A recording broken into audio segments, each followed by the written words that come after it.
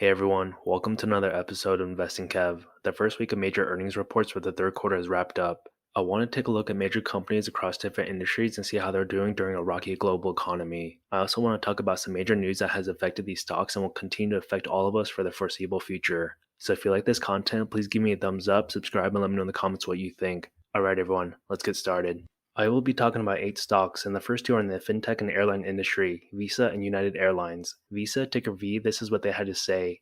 In their fiscal fourth quarter, they had $7.8 billion in net revenues, which was an increase of 19% year over year. This is what the CEO had to say. We saw a continuation of many of the spending trends present throughout 2022. Strength in consumer payments, resilience in e-commerce, and ongoing recovery in cross-border travel. Visa sees some short-term uncertainty but believes that long-term that they're positioned well. And they returned $2.9 billion of capital to shareholders in Q4 in the form of share repurchases and dividends. They increased their annual dividend 20% to $1.80 per share. And they recently authorized a $12 billion share repurchase program. The next stock is United Airlines, ticker UA. In Q3, they had operating revenues of $12.9 billion. This was an increase of 13.2% compared to Q3 in 2019. In the third quarter, they had 39 million customers traveling with United, and they believe that they have strong demand for flying that will offset any economic headwinds. They believe that air travel is still in COVID recovery phase, thanks to hybrid work environments allowing people to travel during the weekends, and external supply challenges will limit industry supply for years. They believe that they will have strong financial results in Q4, 2023, and beyond. The next stock is Alphabet, ticker GOOGL. Looking at Alphabet, their Q3 revenues were at $69.09 billion, which is a 6% increase year over year. Their YouTube advertising revenue was at $7.07 billion versus $7.42 billion expected. Their revenues declined 2% year over year. Analysts were expecting a 3% year over year growth in terms of advertising revenues. The company saw a pullback in spend on search ads from certain areas such as insurance, loans, mortgage, and cryptocurrencies. The company said that it has a total full-time worker headcount of 186,779 people. This is up from 150,028 people last year. The company will be focusing on slashing jobs in the fourth quarter. The fourth quarter headcount additions will be significantly lower than the third quarter. The next stock is Chipotle, ticker CMG. They had Q3 revenues of $2.2 billion, which is a 13.7% year-over-year increase. They had comparable restaurant sales increase 7.6% year over year. They saw minimal resistance to higher menu prices during the quarter. They raised menu prices in August for the third time in 15 months. This is what the CEO had to say. Our performance in the third quarter confirms our brand and value proposition remain strong. With consumer discretionary spending tightening, we are focused on running great restaurants and delivering excellent customer and employee experiences. Chipotle has said that lower income consumers have been visiting less frequently, but that most of its customer base is in a higher income bracket, and they're planning to open 255 to 285 new restaurants in 2023. The next stock is McDonald's, ticker MCD. During the Q3, their revenues were at $5.8 billion US dollars. This was a decrease of 5% year over year. Their global comparable sales increased nearly 10%, and the traffic to US restaurants is growing, bucking the trend against other restaurant chains.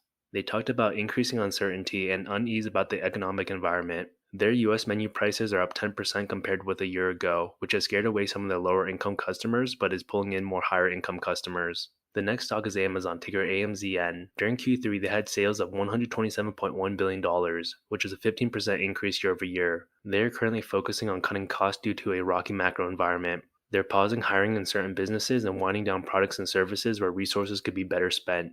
Their Q4 revenues are expected to be $140 to $148 billion. This is lower than the analysts expecting $155.1 billion in Q4.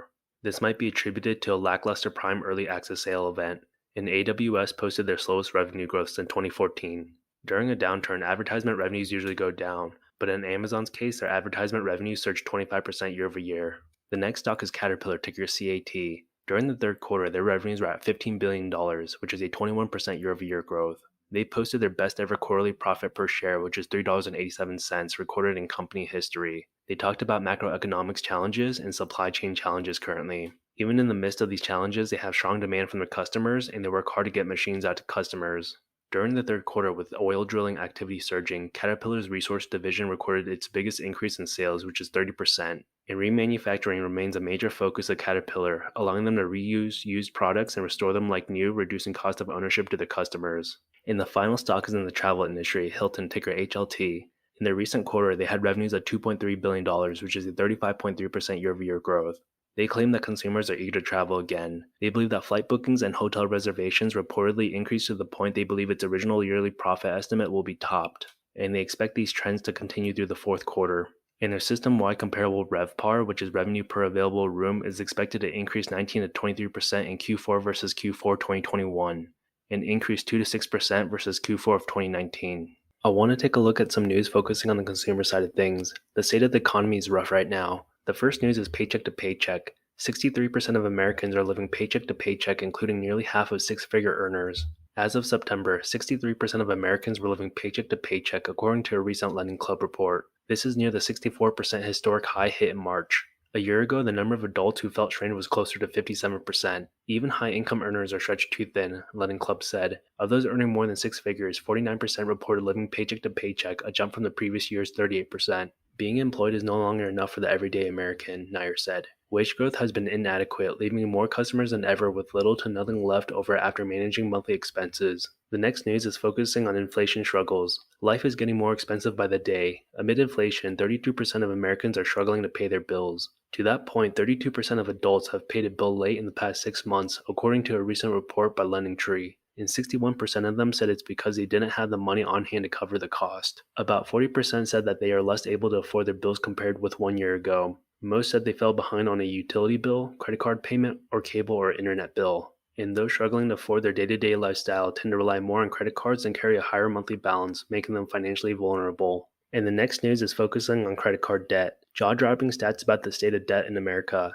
A recent Go Banking Rate survey found that 30% of Americans have between $1,001 and $5,000 in credit card debt. 15,000 have $5,001 or more in credit card debt, and about 6,000 have more than $10,000 in credit card debt. Although 6% may seem like a small amount, that means that based on the survey results, 14 million Americans have over $10,000 of credit card debt. 33% of Americans believe that it will take more than 2 years to pay off their credit card debt.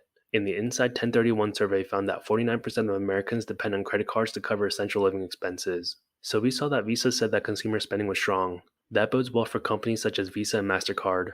As people need to pay for necessities, they're going to put it on their credit card bill. In my opinion, delinquency rates are going to get higher and higher as the months and years go on. That's all I have for you, everyone. Are you invested in any of these stocks? What are your plans during rocky times like this? Let me know in the comments. If you like this video, please give me a thumbs up and subscribe. As always, thank you for tuning in, stay safe, and I will see you all next time.